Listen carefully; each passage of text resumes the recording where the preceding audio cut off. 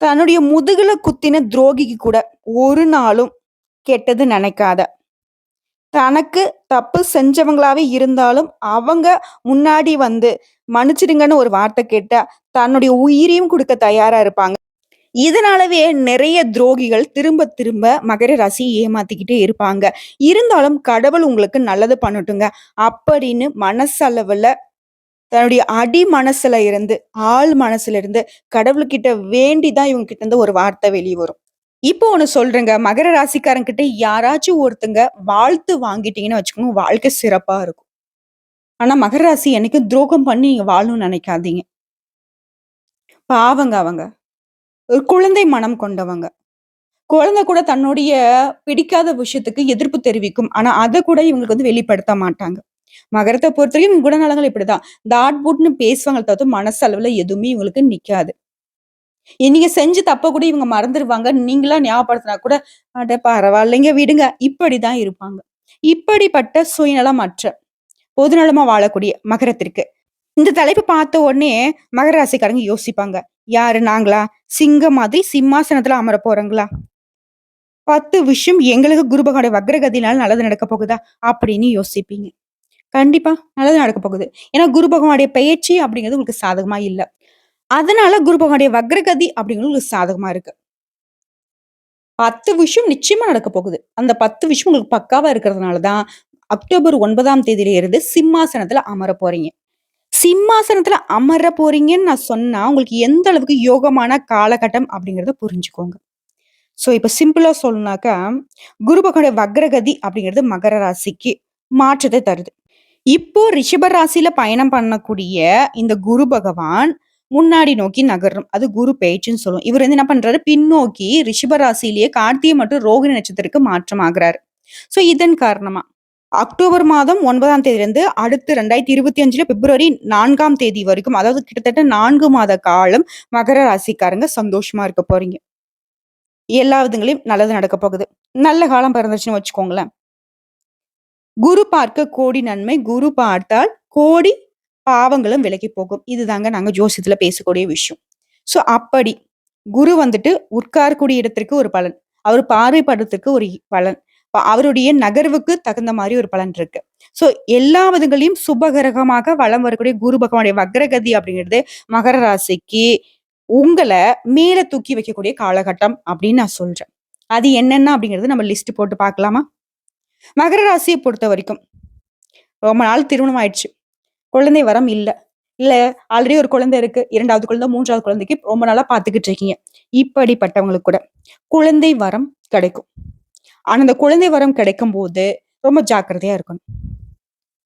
என்னங்க நல்லதும் சொல்றீங்க, அது கூடவே கொஞ்சம் எச்சரிக்கையா சொல்றீங்க அப்படின்னாக்கா, ஆமாங்க. ஒண்ணும் இல்ல உங்ககிட்ட நான் ரூ. 1,00,00,000 பணம் குடுக்குறேன் அப்படின்னா, பத்திரமா எடுத்துட்டு போன்னு சொல்றது கடமை தானே! அதேதாங்க. நல்லது நடக்க போகுது. அந்த நல்லத கெட்டியா பிடிச்சுக்கோங்கன்னு நான் சொல்றேன். மேலும் இந்த குருவோட சேர்த்து உங்களுடைய ராசிக்கு அதிபதியா இருக்கக்கூடிய சனி பகவானும் சரியாக இருக்கிறதுனால எல்லாமே உங்களுக்கு நல்லதாவே நடக்க போகுது. நெனச்சது நடக்கும். நீங்க எதிர்பார்த்த விஷயம் நடக்கும். நீங்க எதிர்பாராதது கூட எல்லாமே நல்லதாவே நடக்கும். முக்கியமா நீங்க ஒரு வரம் வேண்டுறீங்கன்னு வச்சுக்கோங்களேன், கடவுள்கிட்டயா இருக்கட்டும், இல்ல ஏதாவது ஒரு தேவைய வந்துட்டு மனசுல நெனைக்கிறீங்க அப்படின்னாக்க, நீங்க அத வெளிப்படையா வாய் திறந்து கேட்கறதுக்கு முன்னாடியே அது உங்க கைக்கு வந்து சேரும். அப்படின்னு எப்படிப்பட்ட ஒரு யோகமான அமைப்பு, யோகமான காலகட்டம்ங்கிறத புரிஞ்சுக்கோங்க. 2வது ஒரு விஷயம். உங்களுக்கு புதிய வேலை வாய்ப்புகள் கிடைக்கும். ப்ரமோஷனுடன் கூடிய சம்பள உயர்வு கிடைக்கும். பிடித்த இடத்திற்கு இடமாற்றம் கிடைக்கும். வேலை செய்றவங்களுக்கு இப்படி. அதுவே மாணவர்கள பொறுத்தவரைக்கும், படிப்புல நிலவி வந்த பிரச்சனைகள் சரியாகும். படிப்புல ரொம்பவே சுட்டியா இருக்க போறீங்க. கெட்டிக்காரரா ஆக போறீங்க. நீங்க நல்லா படிக்கிறதுனால நல்ல மதிப்பெண் கிடைக்கும். ஆசிரியர்கிட்ட, பெற்றோர்கிட்ட பாராட்டுகள் உண்டு. சக மாணவர்களும் உங்களுக்கு ஆதரவா இருப்பாங்க. உங்களுடைய நட்பு வட்டாரம் விரிவடையக்கூடிய காலகட்டம். 3வது விஷயம். சொந்தமா தொழில் செய்யக்கூடிய மகர ராசிக்கு வியாபாரமும் சரி, தொழில்லயும் சரி நல்ல முன்னேற்றம் கிடைக்கும். தொழில விரிவுபடுத்த போறீங்க. குறைந்த முதலீட்டுல அதிக லாபம் உண்டு. அடுத்ததா உங்களுடைய வாழ்க்கையில உங்களுடைய உடன்பிறப்புகளுக்கு ரொம்ப பங்கு கொடுப்பீங்க. அதாவது அவங்க மேல பாசம் அதிகம். அவங்களுடைய வாழ்க்கைக்காக நிறைய விஷயங்கள தியாகம் பண்ணியிருப்பீங்க. அப்படி உங்களுடைய தங்கை மற்றும் அக்காவின் குடும்ப வாழ்க்கையில ஏற்படுத்த பிரச்சனைகள் கூட சரி செய்ய போறீங்க. அந்த பிரச்சனையும் உங்களுக்கு வந்துட்டு ரொம்ப வந்து மன உளைச்சலுக்கு ஆளாகிடுச்சு இல்லையா?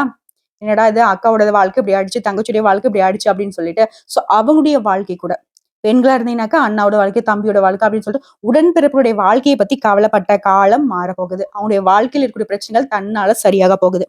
அடுத்ததான் 4வது விஷயம். நீங்க ஏற்கனவே பார்த்து வரக்கூடிய வேலையில மே மாதத்துக்கு அப்புறம் திடீர்னு ப்ரமோஷன் கிடைக்கும். திடீர் ப்ரமோஷன்னா டீம் லீடர் ஆகுறது, மேனேஜர் ஆகுறது இந்த மாதிரின்னு வச்சுக்கோங்களேன். தனியார் துறையா இருக்கட்டும், அரசாங்க உத்தியோகமா இருக்கட்டும், பதவி உயர்வுகள் உண்டு. ஸோ வேலைய பொறுத்தவரைக்கும் சிம்மாசனத்துல அமரக்கூடிய காலகட்டம். சும்மா ராஜா மாரி இருக்க போறீங்க. ராஜா பகதூர் மாரி இருக்க போறீங்க. ஆணா இருக்கட்டும், பெண்ணா இருக்கட்டும். தொழில் ரீதியா உங்க கை ஓங்கி நிக்க போகுது.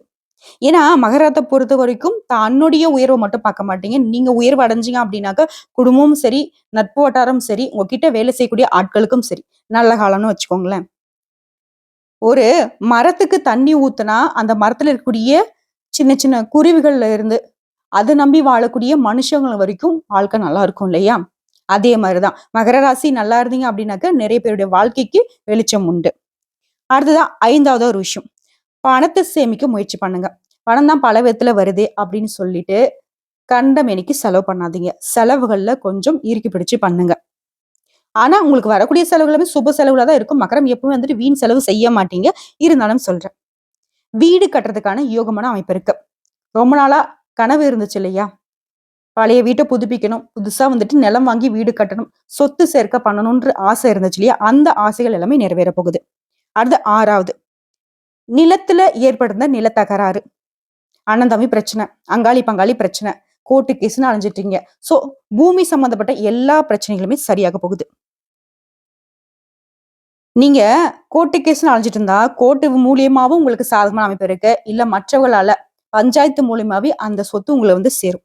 முக்கியமா பூர்வீக சொத்து சம்பந்தப்பட்ட பிரச்சனைகள் சரியாக போகுது. உங்களுக்கு வரக்கூடிய செலவ சுப செலவுகளா மாத்துறது உங்களுடைய கையில தாங்க இருக்கு. வீண் செலவா, விரைய செலவா, இல்ல வந்துட்டு சுப செலவா, நமக்கு சாதகமான செலவா அப்படிங்கிறத மகர ராசிக்காரங்கள் தான் பார்த்துக்கணும். அடுத்து 7வதா ஒரு விஷயம். சொந்தமா வீடு கட்டுறதுக்கு வாய்ப்பு இருக்குன்னு சொன்னேன் இல்லையா? அந்த வாய்ப்பு உடனே நடக்கும்.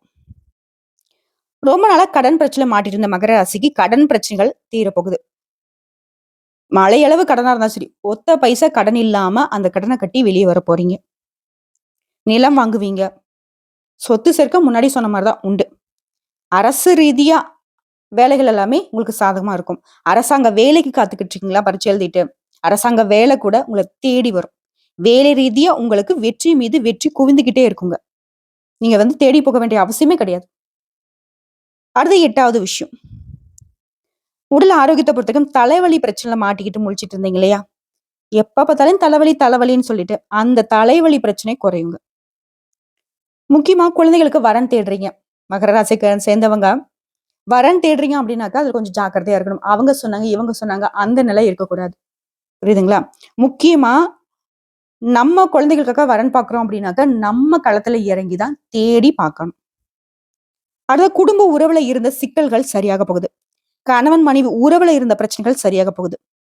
இருந்தாலும் இந்த காலகட்டத்துல மகர ராசிக்காரங்க உங்க பேச்சுல மட்டும் கொஞ்சம் கவனம் இருக்கட்டும். அதே மாதிரி உங்க செயல்பாடுகள்ல அவசரம் இருக்கக்கூடாது. எந்த ஒரு விஷயத்துக்கும் சரி, எந்த ஒரு முடிவு எடுக்கிறதாலும் சரி, யோசிச்சு அதுக்கப்புறம் தான் அதுல இறங்கணும். முடிவு எடுக்கிறத வந்து முடிஞ்ச அளவுக்கு பலவிதமான அலசி ஆராய்ஞ்சதுக்கு அப்புறம் தான் முடிவு எடுக்கணும். அடுத்து 9வது விஷயம். மகர ராசியை பொறுத்தவரைக்கும் அரசியல் ஈடுபட்டிருக்கூடிய அன்பர்களுக்கு நீங்க கவனமா இருக்கணும். கவனமா இருந்தீங்க அப்படின்னாவே உங்க பதவிகள் தேடி வரும். மேலிடத்துலயும் உங்களுடைய மதிப்பு, மரியாதை உயரும்.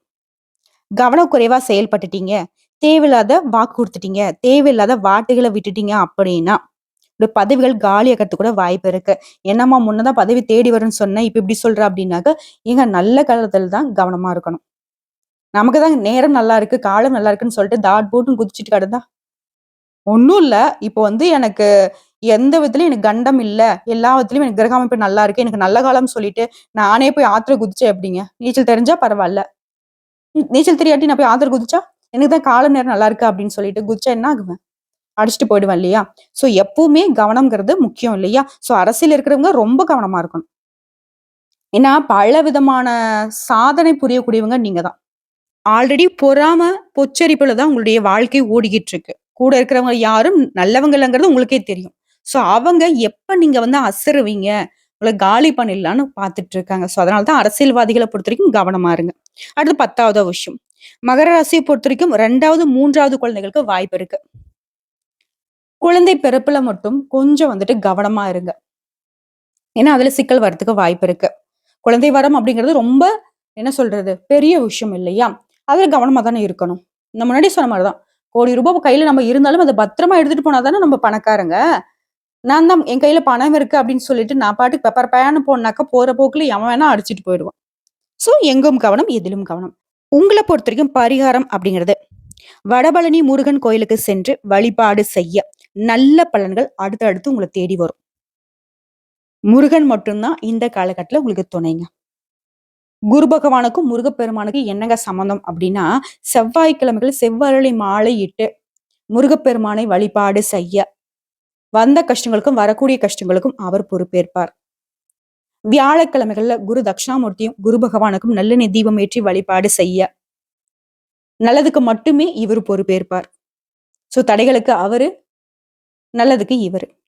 எல்லா விதங்களையும் மகர ராசிக்கு 10 விஷயங்கள் பக்காவா இருக்கிறதுனால நீங்க ஜம்முன்னு இருக்க போறீங்க. அடுத்து வரக்கூடிய 4 மாத காலம் சிம்மாசனத்துல மட்டும் இல்லைங்க, சிகரம் தொடர்றதுக்கும் மகர ராசிக்காரங்கள தயாரா இருந்துக்கோங்க. எல்லா விதங்களையும் நல்லதே நடக்கும். இந்த வீடியோ பதிவு உங்களுக்கு பிடிச்சதுனாக்க நம்ம வீடியோக்கு ஒரு லைக் பண்ணுங்க. மறக்காம நம்மளுடைய வாராகி அம்மன் ராசி பலன் சேனலை சப்ஸ்கிரைப் பண்ணி பக்கத்துல இருக்க பெல் ஐக்கனை கிளிக் பண்ணி வச்சுக்கோங்க.